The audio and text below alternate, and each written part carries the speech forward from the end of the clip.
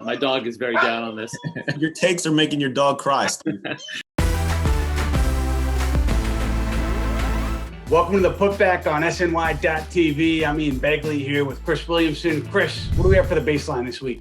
Well, Ian, we're taping this Tuesday night, and Julius Randle was just announced as one of the all-star reserves for the Eastern Conference. What was your first reaction when you saw that news? Resilience, Chris. That's what I think of first, because last year Julius Randle struggled with what the Knicks were asking him to do, which was lead, make shots, rebound, distribute the ball, and help a young group grow together. And, there was a lot of growing pains. And I think even in this offseason, like the Knicks, teams felt that the Knicks were open to moving Julius. Certainly before last year's deadline, they felt that the Knicks were open to moving Julius.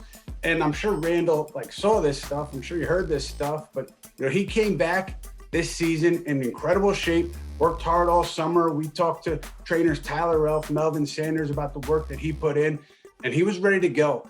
And, he knew how bad last year went, and he knew how bad everyone expected this year's team to be, and it didn't bother him at all. And you see night after night, he continues to make shots. He continues to lead this group in the middle of a tough town to play in, especially when you've struggled in your first year here. So I think resiliency is the main theme here for Julius Randle. And one other note, Chris, Mavericks have been kind of quietly talking to teams about potential Kristaps Porzingis trades. Bleacher Report reported that. The Mavs denied it, but I've reported that one team they reached out to was the Golden State Warriors to gauge their interest in Kristaps Porzingis. I don't know where the thing stands right now, and I don't know if Porzingis is going to get traded, but certainly the Mavs have talked to teams about potential Porzingis deals. They deny it, but we'll stand by our reporting there. We're more than 30 games into this season, and we're quickly approaching that halfway point. So now we decided to bring in some Knicks beat writers to talk about several issues surrounding this team. We're calling the show The Writer's Block, and we've got Newsday's Steve Popper, The Athletic's Mike Vorkunov, and the Daily News' Stefan Bondy here with us to talk Knicks. And Chris, what's our first headline? Well, yeah, for headline number one, we've got roses and thorns. The NBA trade deadline is now just a month away, but the Knicks were active early, acquiring Derrick Rose from Detroit. Have the Knicks announced themselves as buyers, or could they sell at the deadline? Could a star be on his way to the Garden? Many possibilities loom for Leon Rose, Scott Perry, World Wide West, and the Knicks front office. I think the best way for them to acquire that star that they're missing is through trade, if that becomes an opportunity, because free agency is such a gamble. And, we've seen it time and again with the Knicks and other teams. You set yourself up for that star player, you miss on him, and then your plan B doesn't work out. So the safest route, I think, is pursuing those stars through trade. I don't know if it's a should they or are they. I think Thibodeau has made it clear that they play to win every night. So I think, just like they did with Derrick Rose, I think looking for help is what they're going to do now, and they're going to try and make a playoff push. And I think, just as it was at the start of the season, shooting is what they need. If they could find a shooter, that would definitely help take some of the pressure off Julius Randle. I mean, I think they're already buyers, right? Based on that Derrick Rose trade. I guess the rest of the question is how much should they splash the pot? They've got 10 picks, I think, over the next 3 years, if I have that right. So if they're going to be sending away second round picks that probably amount to nothing, that's kind of a minimal price to pay, unless it's maybe this Detroit pick coming up that could be the 31st overall. But if they're going to be trading away real things, I probably wouldn't go that far for this team especially. I don't know. I don't know if making the playoffs is the be-all, end-all. Well, no surprise I disagree with Vorkunov. I think that they have enough assets now where if the right player becomes available, they should make a push. They have enough draft picks and young players on the team where they can develop, but at the same time, they need to take that next level. They need some real star players, and they have the assets to do it. As accumulated by the previous regime, Steve Mills and Scott Perry. So they should use those to acquire better players. I think probably the best thing you've seen too is that they have developed some of those younger players this year, to where Mitchell Robinson is a very attractive piece. He's been a starter for them all year. Hasn't had the foul trouble before, right? And I think if you look at even Elfrid Payton probably has some value around the league. There are guys here that I think could be a piece of something to get you what you need, maybe a shooting point guard. I guess this regime is attached to anybody on the roster. I agree. Yeah. So I think that anybody can be available. And talking to some teams, they get the sense that RJ Barrett is like the most untouchable in addition to those, first round picks coming up. I think it's okay if they make trades and give up some of that draft capital if it's for someone that could be on this team beyond this season, right? Like, I don't think they should start spending, even if it is, potentially what could be high second round picks, just for someone who's a rental for half a season, especially in this wonky COVID year, which no one knows what could happen. But if it's someone that you can add on and still be on the team next year and the year after that, someone who's still young enough to be part of the relative growth cycle of this franchise, then I think it's worth it. The thing with making a big swing is, if you got your roster to trade for a Bradley Beal, is he even going to want to re-sign when he becomes a free agent? Because he wants to win, right? So can the Knicks put him in position to win after they trade for him, which would mean giving up a ton of assets? So I think that's the one thing you think about when making a big swing is how much are you gutting yourself to bring that player in here. Probably no surprise that I disagree with Mike, but I think there are cases with rental where it's probably worthwhile for them. You hear rumors of Kyle Lowry being available, and you think what he would do for the Knicks, what he would do for Julius Randle. What you've got to believe then is with the free agent market not being what it was before, that you get the possession of these guys, that you integrate them with your players, with Thibodeau, and you show them that you have something worth signing on for and being a part of for the next couple of years. Headline number 2, Tom cruising. New Knicks head coach Tom Thibodeau has certainly made an impact in his return to the Garden. If the season ended today, the Knicks would be in the playoffs for the first time since 2013. Now, Thibs has brought his brand of basketball to New York, with the Knicks ranked among the top defensive teams in the league and helping to get the most out of his players, both young and experienced. Perhaps Thibs even felt some vindication on Sunday against the T-Wolves when the Knicks just held on to beat his old squad by 4.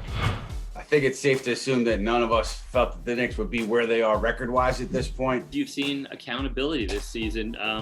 Players up and down the roster, I think buying in and playing defense, moving the ball in ways they didn't last year. Look, some credit goes to Julius Randle. Came into camp, I think, in great shape, a different player than he was last year. How much of that goes to the new regime? How much goes to him? I don't know, but you can definitely see up and down. There's been improvement in players. There's been improvement in accountability. Guys lose minutes if you're not performing on a night-to-night basis. We've seen it. Even we mentioned RJ Barrett as maybe the most valuable piece here for the future. And you've seen him benched. It's who's playing well plays the game. The team is basically night and day from at least when they started last season. And I think the biggest positive about Thibodeau and the biggest thing you could say about him now is this team is playing is a top-rated defense. That's his calling card, defense, and he's brought that over here. And you look at the lineup, every single starter on the Knicks team was on last year's team. So what is the difference? It's on the sideline. I think it's due for regression at some point. I think they've gotten a little bit lucky in terms of the three-point shooting from other teams. If you just look at the shot profile, and I won't go too far into the weeds. I know how much Steve and Steph hate that. But I think the main point is they're playing really good defense, period. That's a credit to Tom Thibodeau, what he's put in place, using Mitchell Robinson the way he has. And getting, the coaching staff, getting Robinson to not be as shot block happy and just be more content to be an anchor and play defense with his feet. And to the sustainability question, I think you have to wonder, how long can you continue to win games with defense in the NBA anymore? I know they're doing it now, and they're 15-16 as when we're talking, and it's turning out well for them. But at some point, you need a better offense, especially if the defense does at some point in this season just get a little bit worse. And when that happens, do they have the offensive ability to hold off any kind of slide when that defense can't just be a top 3 defense every night and win you games? In the league, it's still hard with how teams are shooting, from 3, how fast they're playing. It's really hard to win on a night-to-night basis. The offense is one reason why I think they'll at least try to add a piece, a shooter, something to boost the offense at the deadline. But I think it's easy for us to say, or anybody to say, Thibodeau so much better than Fizdale. But I think one thing I just want to point out, to be fair, is the idea that I think Elfrid Payton was hurt for most of that early season. I think Reggie Bullock was also out. I'm not suggesting, though, that this team would be the same if Fizdale were on the bench, but I also don't think that it's fair to say Fizdale is the worst coach in NBA history because of what we've seen this year so far from Thibodeau, because I do think the circumstances are somewhat different. Headline number 3, Rookie roundup. The neophytes have surprised this season, and that's both a good and bad thing. It's not crazy to say Immanuel Quickley was the steal of the draft at pick number 25, as he's floated his way into the hearts and minds of Knicks fans, providing long-awaited hope at the point guard position. Obi Toppin has had flashes of brilliance too, but he's struggled to stay on the floor and is really in danger of sharing the same fate of so many Knicks lottery picks before him. In a weird way, I think he's almost benefited from Julius Randle playing so well, because if Randle wasn't here and Obi was getting, 25, 30 minutes, maybe he plays better, maybe he gets into a rhythm. But if he doesn't, and he's struggling night in, night out, you guys know, media fan base would be all over him, and he might have a tough time with that. So I think if you look at it that way, it's almost a blessing in disguise for him to be able to go slower if he's not ready to contribute right away. The one problem with Obi, and this is the opposite of Knox and Ntilikina, is he's not a young guy. He comes in as one of the older guys on the team right now. So how developed is he? How is he going to be used? I think he's got to start getting some minutes at some position and start showing what he can be. The injury early in the year hurt him, obviously, set him back a little.